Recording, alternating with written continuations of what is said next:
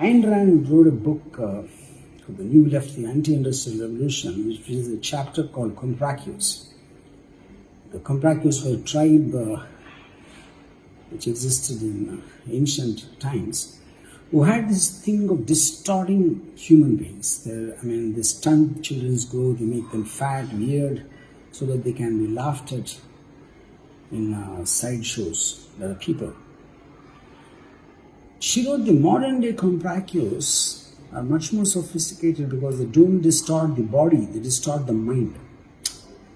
Which pretty much I feel is what the media of today is doing. The whole point, I'm not here to preach or what should be the responsibility of whoever, that is not at all my calling, But I thought the least, when the media is serving as a bridge to what's happening in the government, how the government is dealing with things, how the various trusted agencies are doing, to constantly inform the people of the progress and the truth. Yes, it's a very, very important and necessary thing, especially in a democracy, which nobody is going to debate. But is it what that the media is really doing?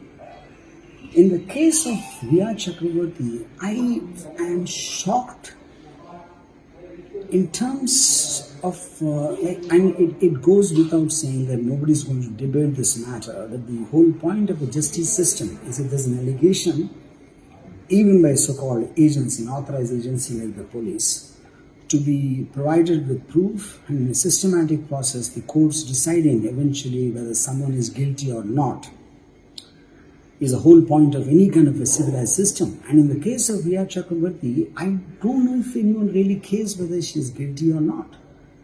And day in and day out of badgering her, showing her having her slow motion shots with background score and red circles around her to make it look like she's a witch or she's a murderer, she's a killer. I just don't get it. If at all anybody without any proper investigation can do something minute by minute and not even minute, probably second by second, that is how the media seems to be covering it. And if you're going to prejudging everyone without any evidence, which evidence as admissible by court in the process I'm talking about, and if you're pronouncing judgments on people's character, people's background, people's intentions, then what is the point of having a justice system? I fail to understand. I don't think there is any difference between when we hear it happens in interiors of the country, when someone is accused of being a witch and they hunt the witch down and they probably burn her at the stakes or they will stone her to death. I don't think there's any difference between that when you get horrified to hear such incidents and what the media is actually doing to Riya Chakravarthi. She's actually being hunted like a witch.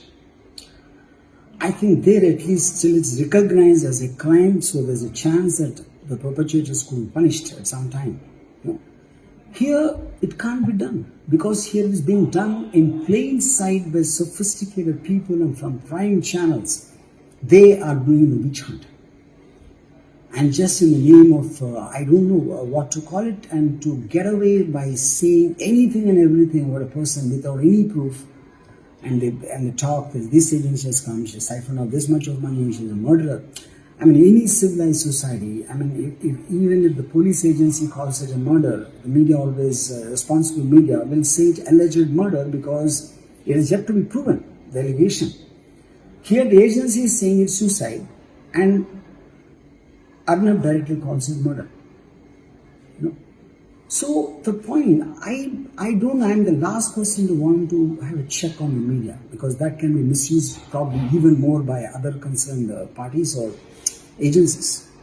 But at the same time, I feel it's unimaginably insensitive to hunt a person down without knowing anything concrete about it. Yes, it's highly possible she's a witch, highly possible she's a murderer, highly possible she gave poison. I am okay with anything, but it's only after it is proven by an authorized agency. How can you say it now? How can you make such blatant allegations and assassinate and hunt down and cut her to pieces without any of that? I find even the aspect of Bollywood being so shit scared. I mean, I'm ashamed of you, my fellow colleagues in Bollywood, that what a single one of you can open your mouth and speak what you're feeling. You privately message congratulating me on my tweets and what I'm speaking. How can you not have the guts to really come out and talk? If they have the right or if they have the freedom to talk, you too have that freedom. Freedom is not any one single person's property. It belongs to everybody as long as they're living in a democratic country, and you should express your freedom, you should express your thoughts, you should express as loudly and as clearly.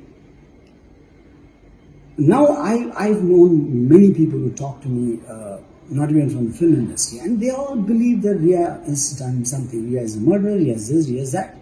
Why? Because like Joseph Goebbels said that if a lie is repeatedly told again and again in the loudest way possible, it becomes the truth. Then they start believing it's the truth.